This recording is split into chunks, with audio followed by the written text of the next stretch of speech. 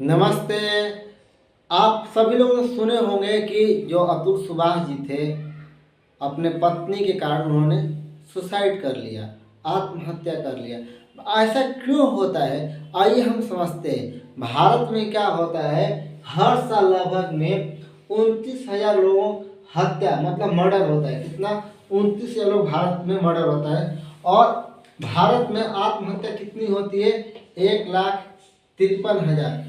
NCRB के अनुसार भारत में हर साल 1,53,000 लोग सुसाइड करते हैं, आत्महत्या करते हैं। एनसीआरबी के अनुसार भारत में 32%, कितना? 32%, 32% लोग जो हत्या करते हैं, उससे जो मेन कारण होता है वो होता है पारिवारिक कारण, फैमिली प्रॉब्लम। या पति पत्नी के बीच में झगड़ा हो गया, पिता पुत्र के बीच में झगड़ा हो गया, हस्बैंड वाइफ के बीच में झगड़ा हो गया, सास बहू के बीच में फैमिली प्रॉब्लम हो गई। तो लगभग में कितना? 32%। और मतलब 45,000 लोगों ने जो सुसाइड किया है, आत्महत्या किया है, वो कितने लोगों ने किया है? 45,000 लोगों ने किया है फैमिली प्रॉब्लम के कारण। और आपको जानकर हैरानी होगी कि भारत में केवल 0.80 लोग गरीबी, इसे बोलते हैं ना, गरीबी बहुत बड़ा अभिशाप है, लेकिन गरीबी में लोग कितने हत्या हुई है, सुसाइड हुआ है, आत्महत्या कितना हुआ है? 0.80, 1122 लोगों ने, बस कितना? 1122 लोगों ने सुसाइड किया है। लेकिन पारिवारिक कलह के कारण 45,000 समथिंग लोगों ने आत्महत्या और सुसाइड किया है। इसी तरह जब आत्महत्या होती है तो ऐसे क्यों होता है, इसको और हम डिटेल्स में समझते हैं। भारत में आपको जानकर हैरानी होगी कि लगभग 5 करोड़ लोग डिप्रेशन के पेशेंट हैं, एंजाइटी के पेशेंट हैं। उनका मेन जो रीजन है वह है पारिवारिक कारण। जब हम क्रोध करते हैं, आपको अच्छे से पता है हमारे शरीर में कौन सा हार्मोन्स निकलता है? कार्टिसोल हार्मोन्स निकलता है, और उससे कई सारे बीमारियां होती है। इसके बारे में हम डिटेल्स में कई बाद में चर्चा करेंगे। हम तो अब समझने वाली विषय कि आत्महत्या, सुसाइड, डिप्रेशन, तनाव से हम कैसे बचें। तो ये सबसे जो पहला शर्त है डिफेंस मैकेनिज्म, सुरक्षा तंत्र। आपका सुरक्षा तंत्र मजबूत होना चाहिए, आपका डिफेंस मैकेनिज्म मजबूत होना चाहिए। नहीं तो लोग झूठे आरोप लगाएंगे, और सब पे झूठे आरोप लगता है। क्या सभी लोग सुसाइड कर पाते हैं? तो कुछ लोग सिचुएशन से लड़ जाते हैं, और जो लड़ नहीं पाते हैं वह सुसाइड कर लेते हैं। मैं अतुल सुभाष को कोई दोषी नहीं मान रहा हूँ, लेकिन एक मनोविज्ञान के दृष्टि से मैं विचार कर रहा हूँ। भगवान राम के जीवन में कितने दुख आए, सब कुछ तैयारियां हो रही थी कि भाई इनका राज सिंहासन मिलने वाला है, लेकिन उनको एक पल में कहा जाता है कि नहीं, आपको वन में जाना जाता है, वन में जाना पड़ेगा। लेकिन उनका राम जी का डिफेंस मैकेनिज्म इतना मजबूत था कि उन्होंने सिचुएशन को हैंडल कर लिया। सब पे झूठे आरोप लगाए जाते हैं, झूठे लांछन लगाए जाते हैं, यह प्रकृति का नियम है। सब पे झूठे आरोप लगाए जाएंगे तो आपको हर हालत में आपको डिफेंस मैकेनिज्म को मजबूत करना है। वह कैसे होगा? आप स्वाध्याय कीजिए, महापुरुषों का जीवनी पढ़िए और ईश्वर की उपासना कीजिए। जैसे ही आप ईश्वर की उपासना करेंगे और आप महापुरुषों की जीवनी पढ़ेंगे तो आपका डिफेंस मैकेनिज्म मजबूत हो जाएगा। क्या वीर सावरकर के ऊपर क्या दुख नहीं आया? क्या भगत सिंह को दुख नहीं हुआ? किसको दुख नहीं हुआ? ये जीवन का नाम ही दुख है।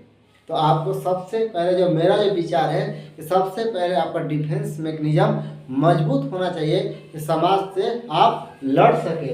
ये दूसरा है अनकंडीशनल रिलेशन। जिंदगी में हमेशा दो प्रकार का रिलेशन होता है, एक होता है अनकंडीशनल रिलेशन और दूसरा होता है कंडीशनल रिलेशन। जो पिता का जो प्रेम होता है वह कंडीशन में टिका होता है। बेटा का फर्स्ट आया तो बाइक दिलवाऊंगा, सेकेंड आया तो साइकिल दिलवाऊंगा, थर्ड आ गया फेल हो गया तो रिक्शा दिलवाऊंगा। लेकिन जो माँ का जो प्रेम होता है वह कैसा होता है? कंडीशन पर नहीं टिका होता है, अनकंडीशनल होता है। बेटा तू जैसा है वैसा है, तू मेरा है। जीवन में हमेशा एक रिलेशन ऐसा होना चाहिए जो अनकंडीशनल हो, जो कंडीशन पर न टिका हो, जहाँ अपने मन की बुरी से बुरी बात बोल दे, तो दूसरा व्यक्ति कोई जज ना करे, छोड़ ना यार मेरे मन में ऐसा विचार आता है। किसके मन में द्वेष के विचार नहीं आता है, किसके मन में क्रोध के विचार नहीं आता है, किसके मन में काम का विचार नहीं आता है। लेकिन किसी से बोलोगे आप, अरे आप ऐसा सोचते हो।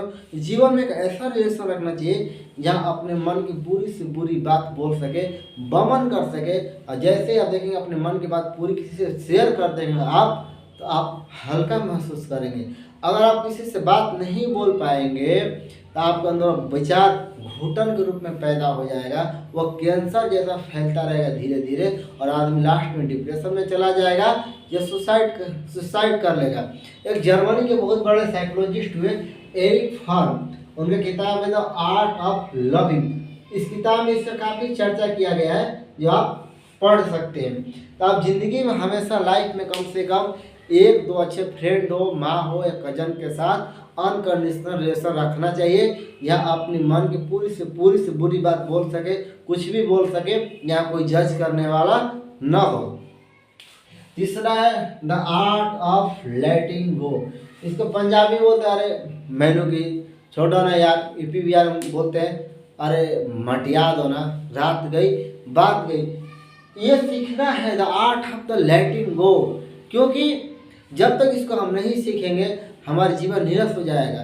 क्योंकि लोग तो हर रोज आरोप लगाते हैं, हम किससे लड़ेंगे, छोड़ो ना यार बात गई, छोड़ो बात गई। अब ये हमेशा जीवन में सीखना है, नहीं तो और हम ये छोड़ो नहीं सीखेंगे तो जो विचार हमारे अंदर ऐसे ऐसे कैंसर के रूप में फैल जाएगा जो हमें पता भी नहीं चलेगा। तो हमेशा आपको तो आर्ट ऑफ द लेटिंग गो करना है। जीवन में समस्या आएगी उससे लड़ना है और बोला छोड़ो ना यार, जो हो गया सो हो गया। मान के चलिए जब भगवान राम से माता केकई मिलती है तो क्या बोलते हैं भगवान राम, भाई छोड़ दो केकई माता, जो हो गया सो हो गया, रहने दो। और बहुत अच्छा उन्हें वाक्य बोलते हैं, मैं वही राम तू वही केकई मेरी, 100 बार धन वह एक लाल की माई, जिस जननी ने जना है भरत सा भाई, जिस जननी ने जना है भरत सा भाई। छोड़ दो माता केकई, जो हो गया सो हो गया, मैं आपका वही राम हूँ और माता तो आप वही मेरी केकई हो, जो हो गया सो हो गया। ये सीखना है द आर्ट ऑफ द लेटिंग गो। किसका किसका बोझ ढोगे आप लोग। तो हमेशा 3 पॉइंट पर ध्यान रखना है, पहले डिफेंस में के लिए जाओ, फिर अनकंडीशनल रिलेशन और द आर्ट ऑफ द लेटिंग गो। आप देखेंगे अगर आप ऐसे जीवन जीने का अभ्यास डालेंगे तो आपके अंदर तनाव कम होगा, सुसाइड कम होगा। और आज के इतना ही। जय हिंद, जय भारत। स्वस्थ रहिए, मस्त रहिए और एक्सरसाइज कीजिए। अगर आपको मेरी वीडियो अच्छी लगती है तो प्लीज़ चैनल को सब्सक्राइब करें, वीडियो को लाइक करें और अधिक से अधिक शेयर करें।